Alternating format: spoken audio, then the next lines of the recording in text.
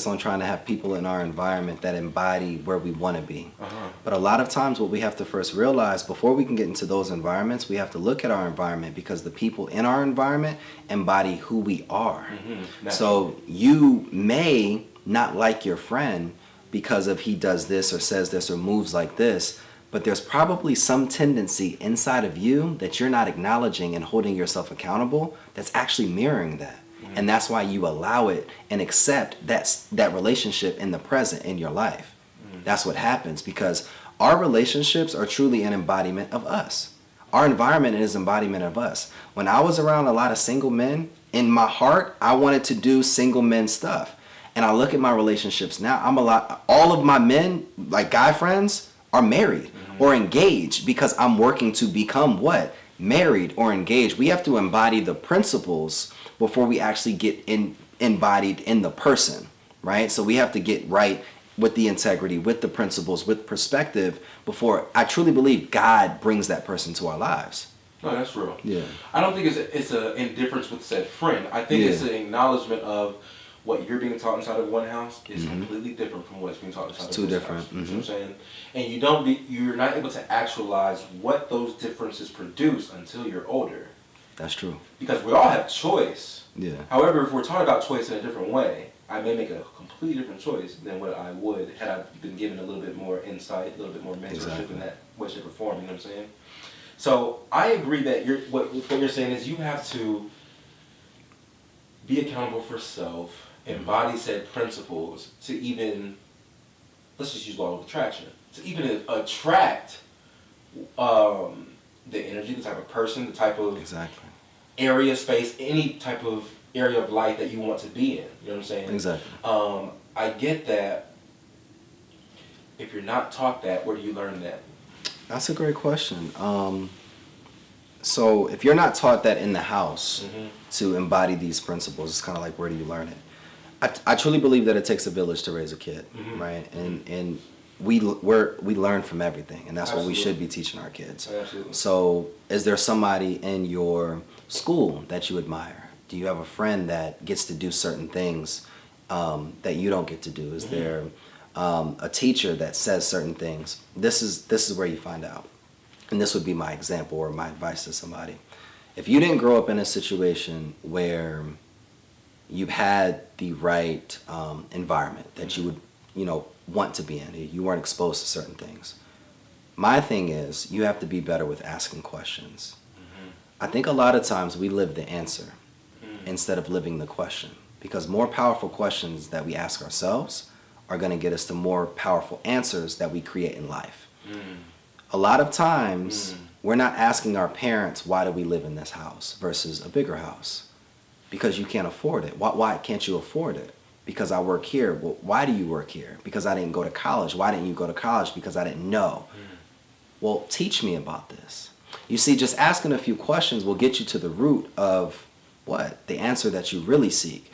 And then working backwards on the question will what? It will create the forward approach of a plan that will allow you to work backwards to get to the root of the problem, and then use that same trail to actually move forward so that you can get to the cause of the solution. Wow. What do you do if you don't know what questions to ask? Just start with one. I always start with why. That's the only question, because that's the only question that kids know. Why can't I go do this? Why can't I do that? And one thing that I've learned is that when we grew up, it's like, because I said so. Right. But as parents now, it's like, no, let me coach him, because he right. really wants to know. So we can't do this right now because we need to do this instead, and then we don't have enough time to do both. So now you give him what? Choice. But I want you to pick which one you want to do. We can't go to Frankie's, Carter, and bowling and jumping. Not tonight. We could do this throughout the whole weekend. But Daddy, can we go to Frankie's because they also have bowling? Now what did he do? He problem solved. He critically thought. So now when you're able to ask questions and not challenge your kids, but accept them and allow them to just ask you questions, it all started in why. So just ask why first, and then just let everything else come from there. Have you always had a natural knack of being able to engage a child's imagination? Yeah, I love it, because my father, again, he did it with me. So my father, every single weekend, and I talk about this on, it's probably one of my favorite childhood memories. Every single Saturday and Sunday, my father would cook breakfast for all of my older brother and my older sister. And we would call it, my parents called it open forum. So it would literally allow us as kids to, the one rule is that we can't get in trouble for anything that was said at the table. And it allowed us to build a relationship with our parents and then just express ourselves emotionally or what was going on. Like, the craziest stuff was said at the table. So like one time I stole my parents' car, like I told them. Or like, and the beautiful thing about it is that you saw your parents' reaction in the moment, but the one rule was we can't get in trouble, but you saw how they had grace for us in the next moment. So now that's why I don't beat my son. I allow him to make mistakes because now he trusts that I can make mistakes. He doesn't fear the mistake. He fears not being accepted when he makes the mistake. But I accept him for it. So now he wants to make mistakes. And just like in life, the faster we make more mistakes is what? The faster we become successful. So yeah. That's, man. So many principles in that. Building trust. You are the therapy. Yeah. Appreciate you. I've learned a lot, bro. Man, oh my goodness. Thank you. Thank you. Man, I don't mean to stumble like this. Usually I'm very fluid with questions, but you really have my mind going. And that's good. Check this out. What if we have more conversations like this and we actually got each other's mind going?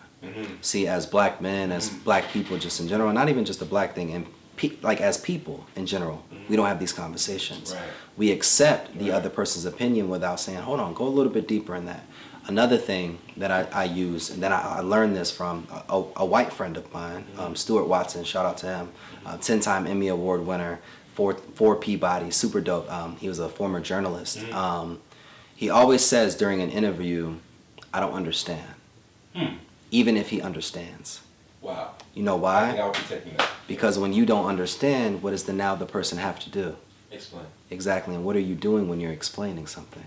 You're teaching. So even if I don't understand, even if I do understand, I want you to just keep talking. So I'm going to say, I don't understand what you mean. And then what does that do? That forces you to communicate it. So now you're building a better dialogue between each other.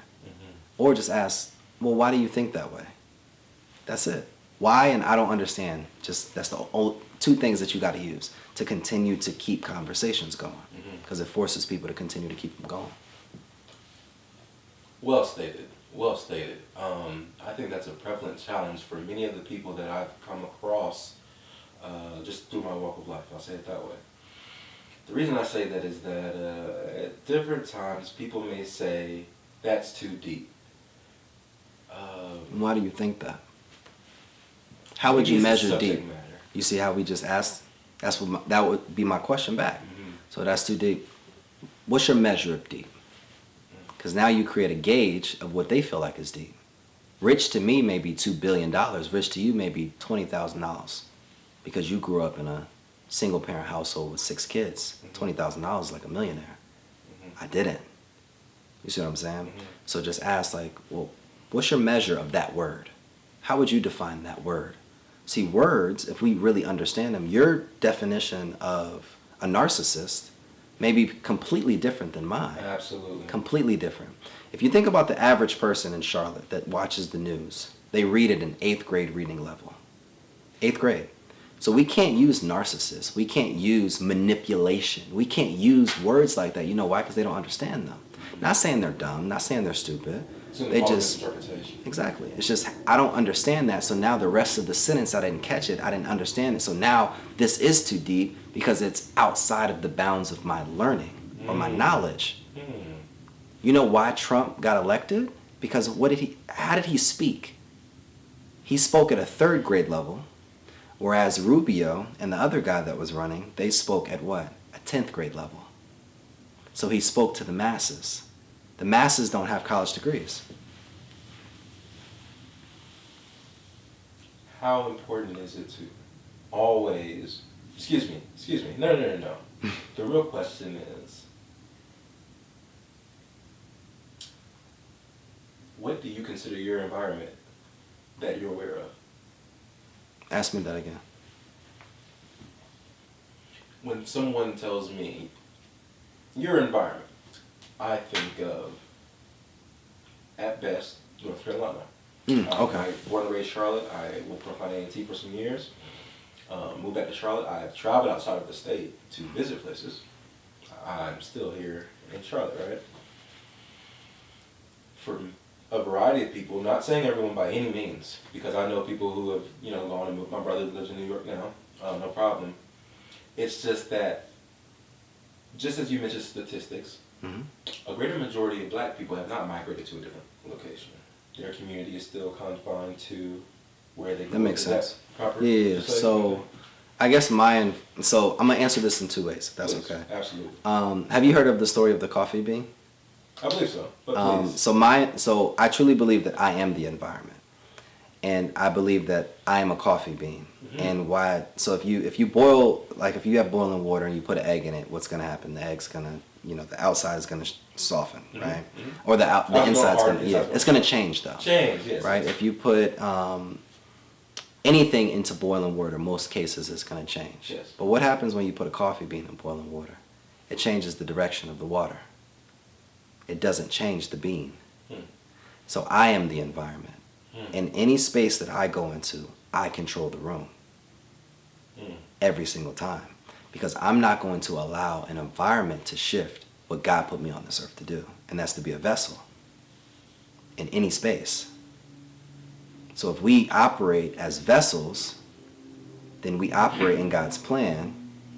And then environments come to us. Let me tell you this.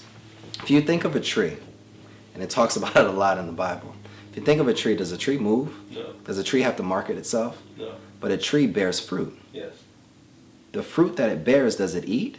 The tree doesn't eat its own food. No. Exactly. People come to the tree.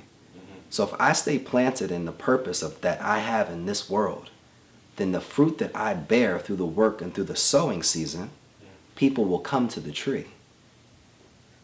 I don't have to move. If I just stay connected to the source, which is God, then I'm now resourceful for other people in every environment. So I do believe that I'm the environment.